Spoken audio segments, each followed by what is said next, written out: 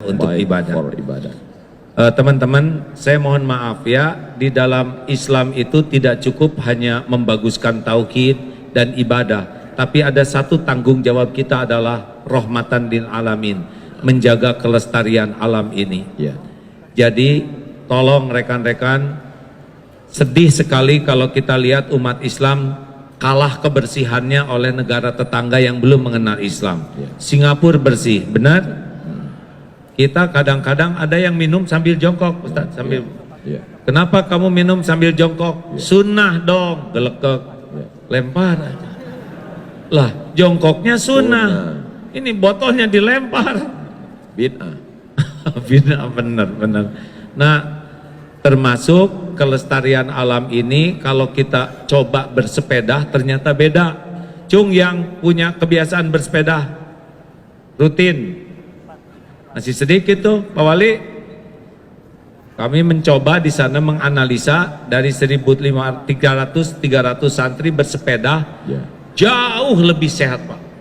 Badannya lebih sehat, lebih segar. Yang kedua, lebih gembira. Karena ternyata bersepeda itu membuat hormon gembiranya keluar. Bedanya capek naik motor dengan capek bersepeda. Kalau naik motor capek bawaannya mau tidur. Kalau sepeda udah capek bawaannya seger.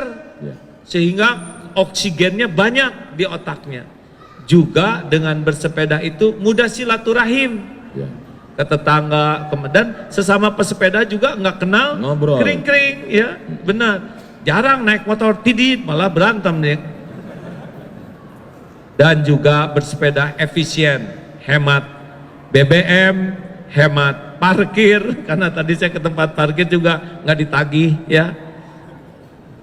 Dan insya Allah dengan bersepeda kita akan bisa merasakan kalau ke masjid bersepeda luar biasa nikmatnya. Jadi kalau tidak keberatan, baik for ibadah bisa dicanangkan juga oleh Pak Wali Kota ya. Minimal Selasa, Rabu, Jumat ke kantor bersepeda. Insya Allah mudah-mudahan ini jadi bagian dari dakwah kita juga. Amin. Dan juga membuat alam kita lebih baik karena tidak banyak polusi. Insya Allah. Ustadz, serius giliran Ustadz lah, saya nggak bisa nanya ke Ustadz. Ceritalah apa yang... Suatu ketika ada seorang wali Allah bernama Ibrahim bin Adham. Ibrahim bin Adham hidup pada abad kedua Hijrah.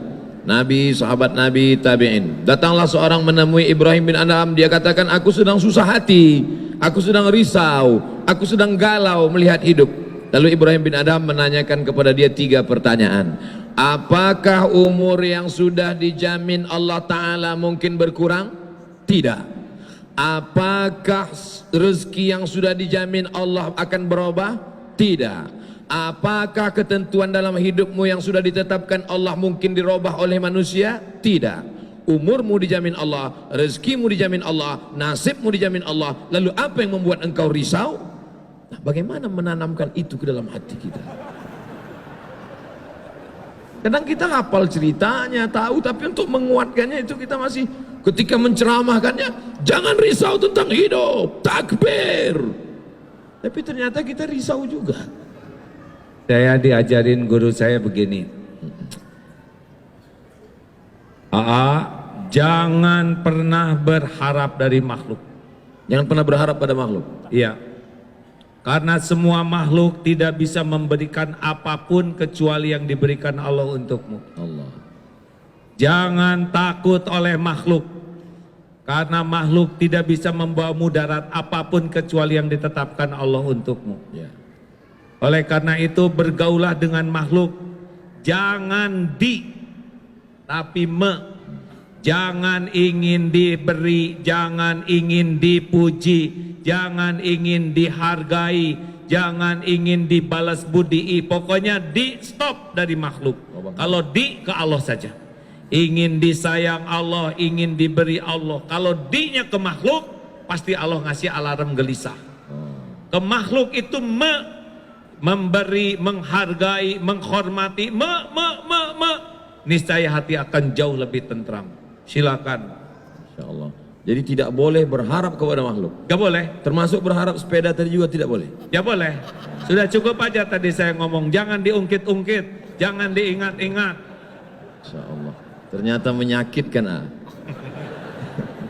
Kan Ali bin Abi Thalib karamallahu wajah pernah berkata, gimana? Dzuktul mararati kullaha Ya. walam ajid amarra minal hajati ilan nas. Benar gitu? Al-haja ilan nas, berhajat pada manusia. Semua kepahitan sudah kurasakan seluruhnya, Ya. dan tidak ada yang lebih pahit di hati ini selain berhajat, berharap kepada manusia. Ini asli Pak, guru saya itu nekankan, jangan pernah ngarep-ngarep apapun dari makhluk. Kalau kamu ngarep-ngarep, Allah tidak akan suka. Izah kita akan hina. Kalau kita udah begini, pasti kita jadi hina. Setinggi apapun pangkat jabatan, kalau sudah begini, termasuk ulama, kalau sudah begini ke makhluk, pasti oleh Allah dihinakan. Tidak ada izzah. Tidak ada. Makanya nggak usah berharap, Allah udah tahu keperluan kita daripada kita sendiri. Selama ini aja kita ngaco diurus, apalagi kita beneran tawakal. Allahu Akbar. Masya Allah. Kenapa Ustadz ngelihat saya gitu terus? Memandang wajah ulama itu adalah ibadah. Saya juga lagi mandang Ustadz. Masya Allah. Tabarakallah. Apakah pertemuan kita ini juga diatur oleh Allah? Pasti tidak ada satupun yang keluar dari lauh mahfudz, tidak ada satupun kejadian tanpa izin Allah. Ada izin Allah, ada ridho Allah. Setiap yang terjadi izin Allah, tapi belum tentu Allah ridho. Tapi kalau Allah ridho, itulah yang terbaik bagi kita. Apakah ada yang hadir ke sini Allah tidak ridho? Boleh jadi ada yang niatnya salah. Ya. Karena ridho Allah itu ada pada niat dan cara yang Allah sukai. Membagi dua, yang satu izin Allah, yang satu ridho Allah. Ini yang membuat manusia sekarang sesat tapi pakai dalil. Ketika ditanya, kenapa kamu pakai sabu-sabu? Kenapa kamu berzina? Kenapa kamu minum khamar? Ustadz, ini kan atas izin Allah. Iya, tapi Allah nggak ridho, makanya Allah murka kepada dia. Tidak diridhoi Allah Subhanahu wa ta'ala. Tidak, karena ridho Allah itu ada pada niat dan perbuatan yang disukai Allah. Semua yang terjadi di alam ini atas izin Allah. Izin Allah pasti. Orang yang mabuk pun karena izin Allah. Izin Allah. Orang yang maaf berbuat dosa pun karena ada kuasa dan kudrat iradat Allah. Izin Allah. Tapi Allah tidak ridho. Allah tidak ridho. Sedangkan kita yang kita cari adalah keridhaan Allah. Ya benar. Allahu Akbar. Dan kalau udah benar niat, Allah kan tahu. Pasti Allah ngasih ketenangan di hati kita. Kalau kitanya nggak benar, nanti Allah kasih alarm, hati kita tidak enak, tidak nyaman. Itu alarm di sini, istafti qalbak.